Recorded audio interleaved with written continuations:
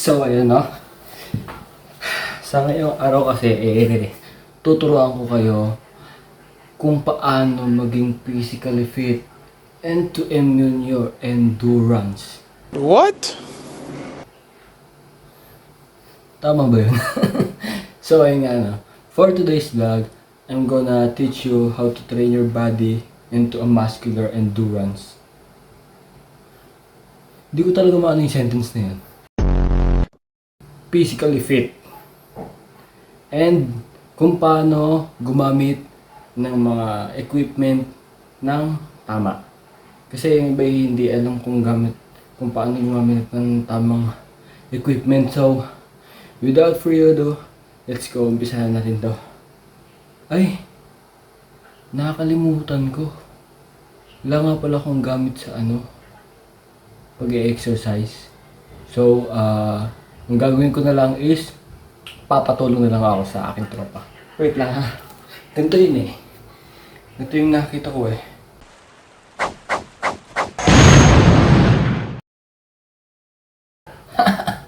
Ang galing ko no. Ini ang tinatago kong chakra. Kasi hiniram ko lang yun sa tropa ko eh. So ito nga eh, meron nga tayong bola. Galing to kay Kuroko. Bawal nga pala mag-dribble sa loob ng bahay. Pero ito kasi, gagamitin ko din ito pang exercise. Tuturuan ko yung paano. Makikita nyo mamaya. And then meron tayo ditong hula hoop. Okay nang nag-ball na. Ay, hindi pala siya hula hoop. Hula hoop. Ito yung, basta tuturo ko kung paano ito gamitin. Tapos, meron tayo ditong, itong pinakamaganda sa lahat. Ito kasi ang pang-exercise sa puwet. Alam niyo bakit pag-exercise ng puwet? Pag ginamit nyo to, lalaki ang iyong butt. You know what means? Lalaki ang iyong butt. You know what butt? Puwet. So without further ado, umpisahan natin to. Mga hindi pa nakakaalam ako yung dating athlete. Dati kasi, ako nasa Talisay pa. Shoutout po sa inyo, sa coach ko daan sa lahat. Ako'y nagte-training ng volleyball. Although hindi ako magaling maglaro, kasi nag-uumpisa pa lang ako, doon pa lang ako natuto eh. Pero kahit hindi ako magaling maglaro, batak ako sa training. Kasi sinasama nila ako sa training. Kaya papasalamat din ako sa kanila kaso sinayang ko kasi tumaba na ako ngayon. Hindi ko na-maintain. Pero maganda katawan ko dati. Pinaka-paborito ko.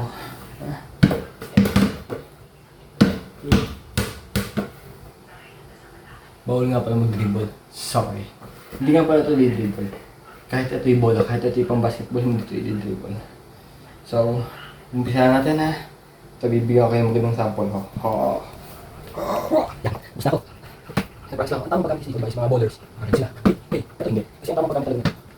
Ito ay pampalaki ng pampabawas ng pisngi. Narinig niyo ako pisngi. Gaganto lang yun. Ikot mong gulong. Mas maganda na. Ganito. Ganun mo. Medyo mabaho nga lang Gago! Gagawin ko. At hindi lang yan ang purpose na. Ang purpose din nito ay nakakapagpabawas to ng taba. Hindi nito.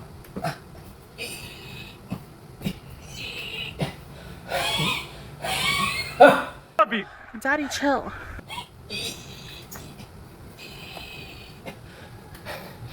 Ano ba ito pinagagawa ko sa buhay ko? Bukod ka doon, bukod dito. Pinaganda dito.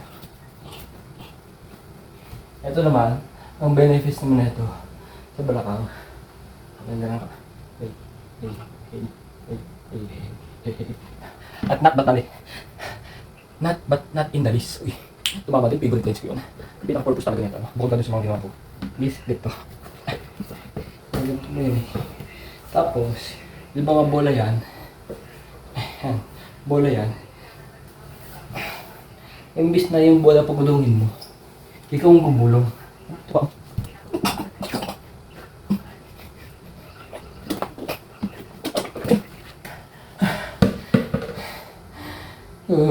apply ko? Hindi ko na alam.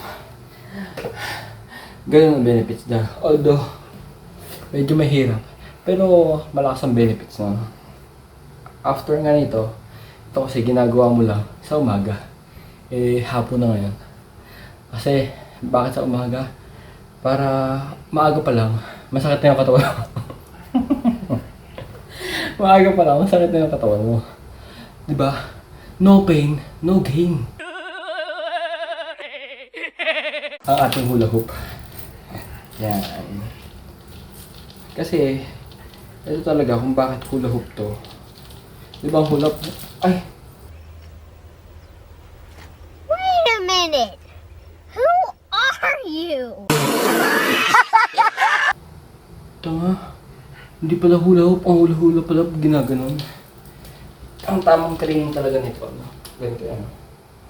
Yan. Ito yung mga usual na training na gano'n mo yun. It was at this moment that he knew. He fucked up.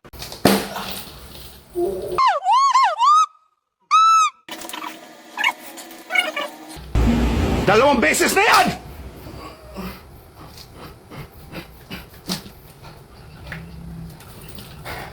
Hindi ko alam. Okay. Sakit. Huwag yung gagayahin niya na. Ito lang yung gayahin niya. Ito tamang pagkuhan. Kaya, hihiga ka muna siya. Hihiga ka. Pagin mo. Ganun tam. Paggamit dito. Napapagod na ako sa kalawang to. Bukod doon, meron ba dito, alam mo ba ang benefits ng paggamit nito? Ito naman may stretch, flexibility. Ha? Ito, yung tapos tayo sa kanang paano, kaliwang paano. Meron yung pinakabilog. Tsaka yung tapos, ganito. Flexibility.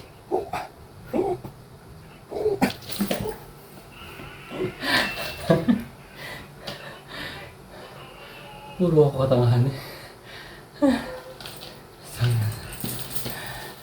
Ayoko na. Ito. Ito kasi ang pinakamahalaga sa lahat. Kasi ito ang pinakamagandang pang training na. Dali lang gagawin mo. Ito lang na. Ano ka? Ito. Pero dapat, itong paa mo to, hindi ito gagalaw. Tapos ito nakahawak. Tapos yung ulo mo, ibibig ng konti. Para yung lahat ng energy ang mapupunta na sa balakang mo, pupuntang puwet. Ayun lang. Ganun siya rin. Pero, pag ang ano na ito, gumamit natin yung mga lalang puwet. Ay, hindi, gumamit ang puwet. Ano?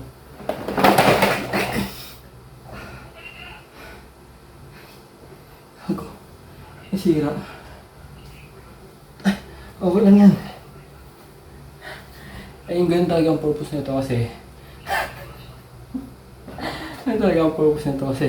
pagtapos mo siyang gamitin, natapos mo na yung goal mo, meron ka medal. Meron ka medal, ano? Ano katalahan ko pinaghahagawa ko sa buhay ko? Nagutom ako? Welcome sa aking fitness gym.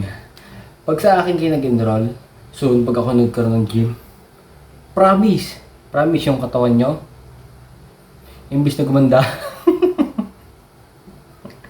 imbis na maganda, lalo kayo magkakaroon ng kakaibang muscle. Yung ito, sobrang laki. Tapos yung kabila sobrang payat. Parang ganito. Babalikan ko kayo. Papakita ko sa inyo kung paano talaga mag-training. Gustong gawin para nakatingin, yeah. Isa sa'yo ko parang disco, paborito ko parang El Limbo. Parang pumayag ako mag-tiktok, walang tinatago di mabilis to, nandito na ako sa inyo.